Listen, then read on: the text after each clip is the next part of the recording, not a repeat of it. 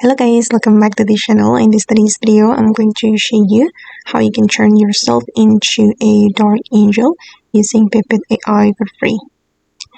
Okay, let's get into it guys. First of all, you can open up Pipet AI and you're going to sign in with your Google account and go to the home menu, select image, and then I'm going to upload the photo.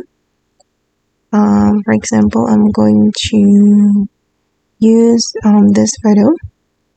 Okay, and this is the prompt that you can use. Wait, it's still loading guys. Okay, I'm going to send the prompt and also the photo to the AI and hold on. And these are the results. And if you're not satisfied with the result, you can always try again. Just click on try again, but it's still loading.